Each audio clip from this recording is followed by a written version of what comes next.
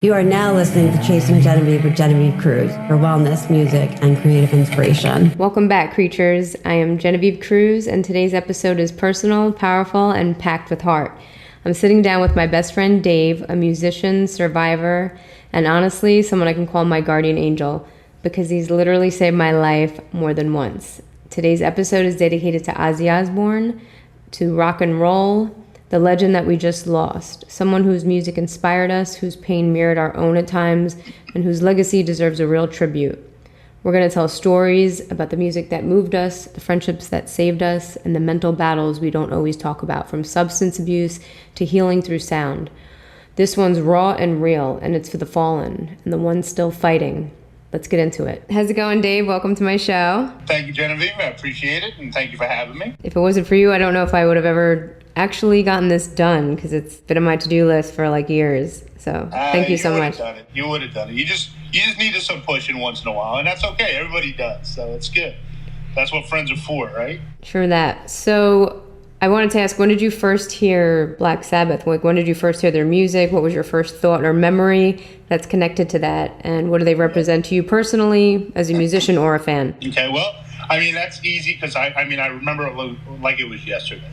I was about 11 years old, and me and my buddy had just finished like playing some ball, so we walked in his house to get a drink, and his older brother, who was a few years older than us, had his albums laid out on the living room floor, listening to the hi-fi, and he turned around and said, "Hey, a-holes, listen to this," and played the very first song on the Black Sabbath album called Black Sabbath. And if you're not familiar with that song starts with a cold, wet thunderstorm, and you can really, to me, I felt the coldness and standing out, shivering, and then all of a sudden the music hits, and it's just like a punch in the face.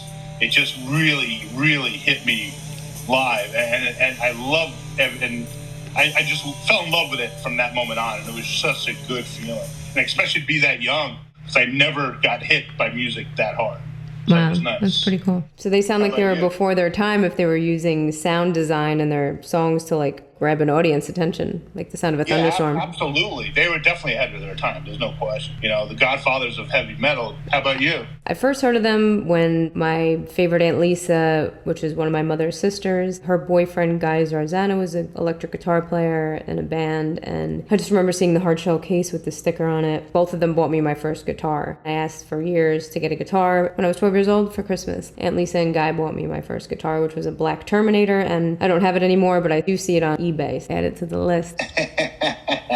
That's something I'd love to have back if I were you. Absolutely. Yeah, it has like a built-in speaker and a whammy bar. All right. Awesome. So do you have a favorite song, lyric, or live moment from them? Yeah, my favorite song is off the album Never Say Die. It's called A Hard Road. I don't know what it is about that song 100%, but it feels great. I love listening to it. There's a little bit of harmonizing in the song. It hits right. But my favorite album is Technical Ecstasy, which is not a very popular album. Interesting. And real moment I had when I was 12 years old, my friend's brother was going to a Black Sabbath concert, and one of his friends canceled, and he actually took me to New York City, when I was 11 or 12 years old, whatever it was. He kind of snuck me out, so I had to lie to my mom to say I was sleeping at a friend's house. His mother drove us to the city. She really loved me, and it was just a great moment sitting there listening to a live concert. Obviously, it was my first real concert that I ever went to that wasn't a class trip. What venue was that? It was Madison Square Garden. Oh, wow. That's a reason to sneak out. Yeah. I would say Paranoid, because I covered that song acoustically, and I just did it last night, actually. I love your version of it. Thank you. I like the lyrics. Makes me feel like I could relate to that one for sure. Dealing with my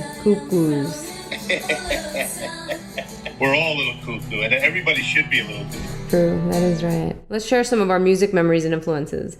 When did your love of music begin, and was there one defining moment? Being a child of the 70s, I didn't have a lot of musical friends, so variety shows on TV was the way I really got introduced to music, like Donnie Marie, Jackson 5. But my older sister, Carol, she got me into bands like Crosby, Stills, Nash & Young, the Eagles.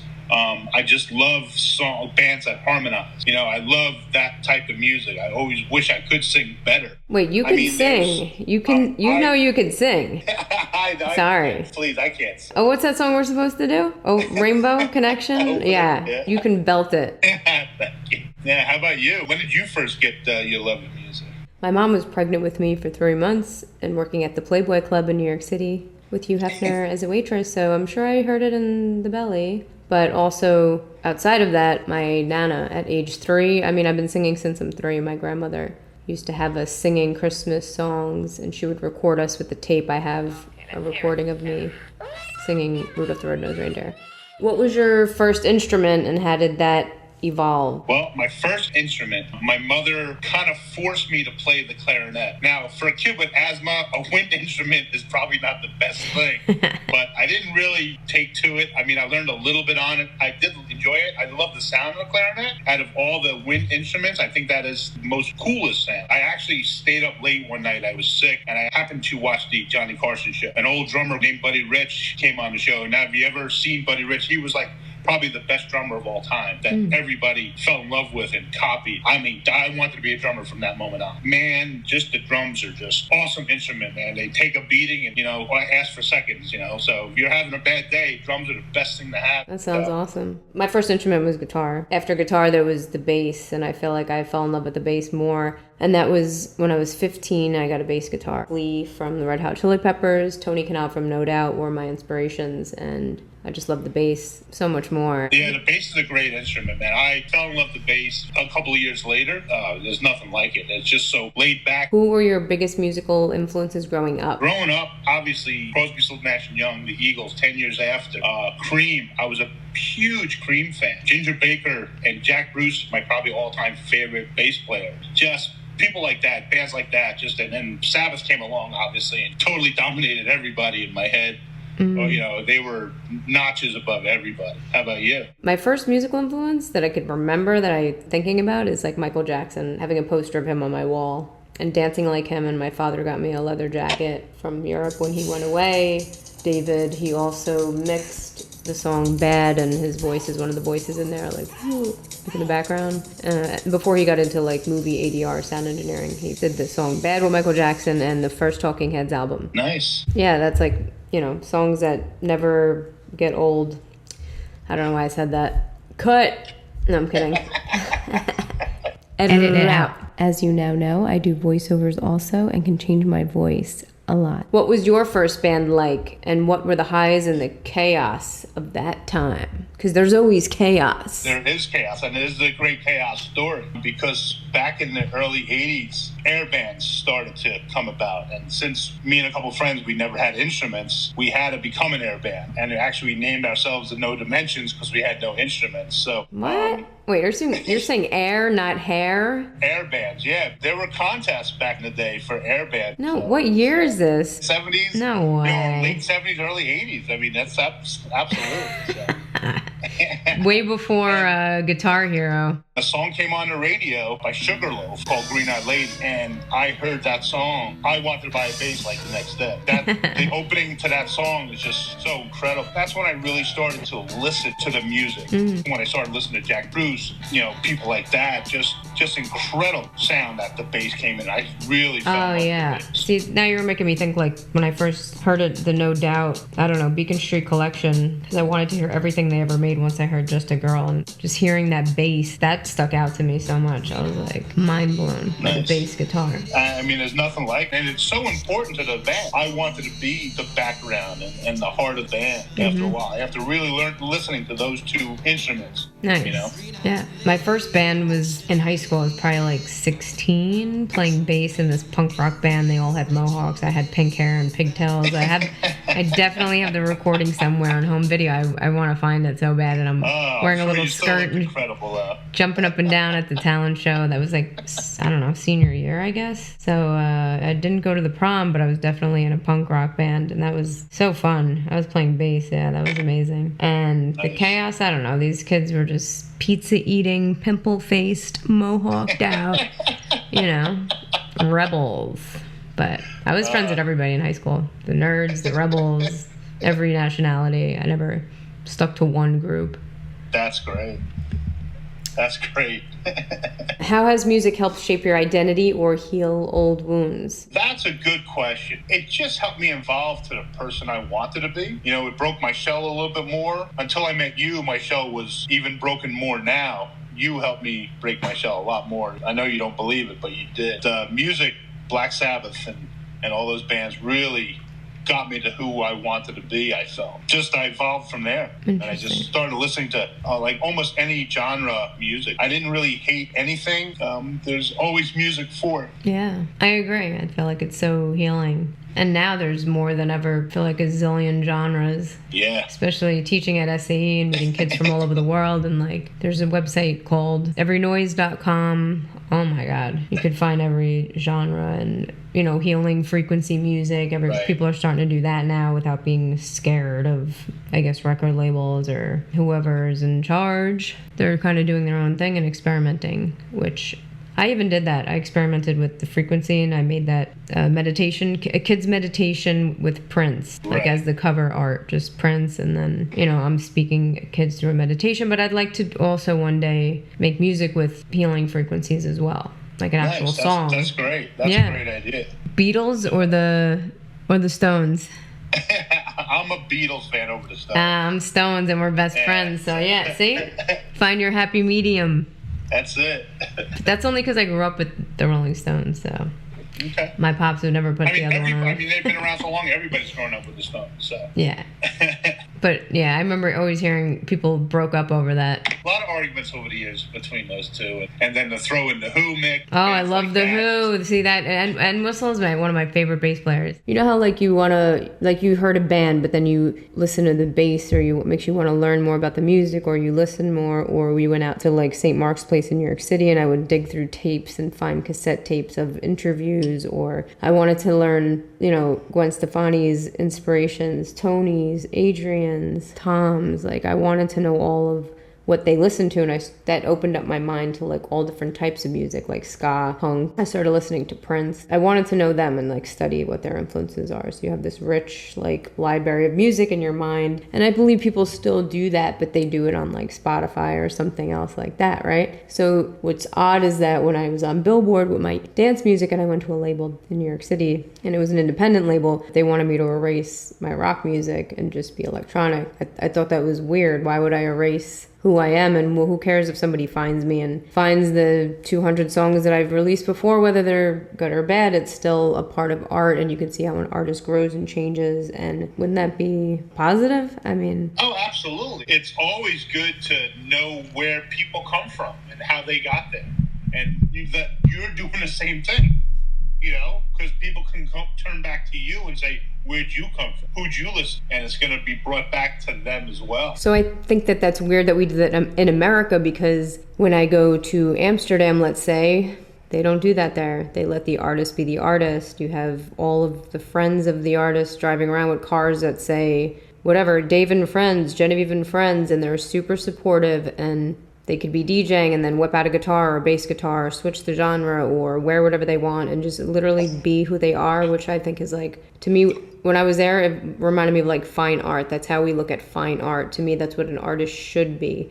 But in America, it almost seems like, you know, we get 20%, they get 80. Over there, you get 80, they get 20. And here, I don't know, they want to maybe pigeonhole you or make you be this one thing, or the album has to sound the same. I don't think it's like necessarily like that anymore. People are so independent now. No, I don't disagree with you. Obviously, I was never in Amsterdam, so I can't tell for sure. But it sounds like they just see it differently there, and it doesn't make it wrong or right. It makes it them. You know, just like here totally. Makes it us, you know, and whatever you get out of it is what you get out of it. You know, if you want to go that way, there's nothing wrong with going that way. We're on to the good stuff here. Do you remember how we first met and when we really connected as friends? I know exactly when we first met. I'm never going to forget that date. It was January 30th of 2019. I remember. And, you worked in a bar, and I was sitting at the bar, and you came around the corner with that smile. And I was hooked from that moment on with you. You know, I was like, oh my God, this woman is incredible looking. First of all, gorgeous, sweetest person. Then obviously you sat down with me, you talked, and you felt comfortable with me. I felt comfortable with you. And we just sat and talked for a couple hours. And we actually had some moments of silence. We didn't even have to talk. It was just more of a natural feel. And that was awesome. And I'll never forget that. That's when a couple months earlier, I was diagnosed with cancer. So, you know, so it was, I was still new to it. It didn't really hit me yet. You just felt right. You came at the right time. Wow. It was nice. That's pretty awesome. There was times that you literally saved my life. What do you remember about those moments? Well, I mean, I don't see it like that. I see it as being a friend who was there, because, I mean, I was always the type of person. My phone's open 24/7. I would never get mad at in the middle of the night phone call.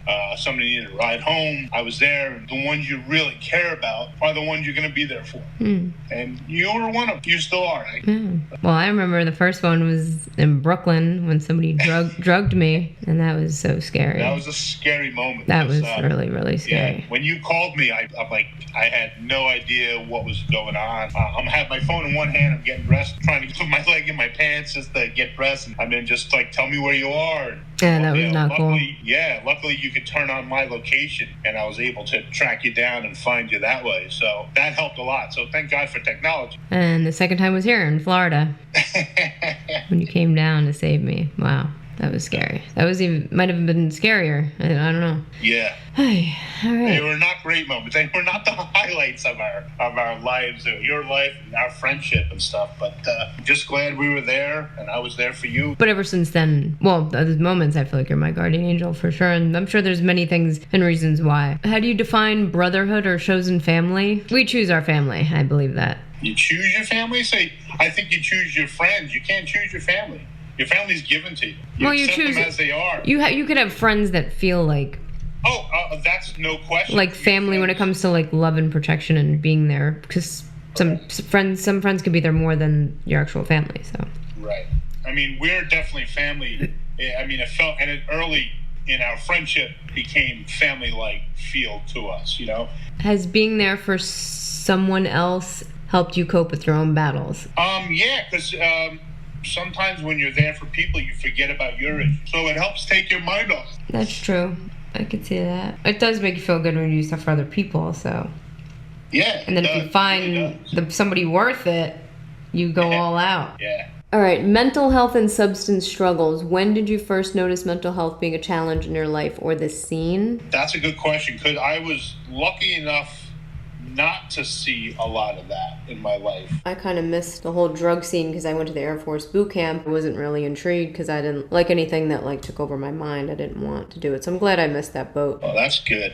I always thought that everybody should go through boot camp and do a little bit of military just to get some discipline in their life, because it's a good thing. I wish I did it. I wish someone would open up a camp, or the thing is you sign all these contracts where you can't tell what you've seen or done, so that might fall into the lawsuit area with the military. For the mental health thing, I feel like the first person maybe was Ian, my friend who passed away, which I have a Chasing Genevieve episode on YouTube about Ian Snug. So he was super kind of depressed guy, and he was clean, but then we were starting to write music together, and he, I guess, was on his porch writing music, playing a guitar, and he called me to come over, and I didn't come over that day. And then he passed brain aneurysm and died on his front steps. Wow. The hardest period of your life? There was many. What always pulled me out is music and being creative, my hobbies, learning, growing, inner healing. I find a reason or a purpose for what happened, look for the positive or the optimistic in it, and I get over stuff quickly. Yeah, I was a mother to a child for 4 years, and you were there through that, so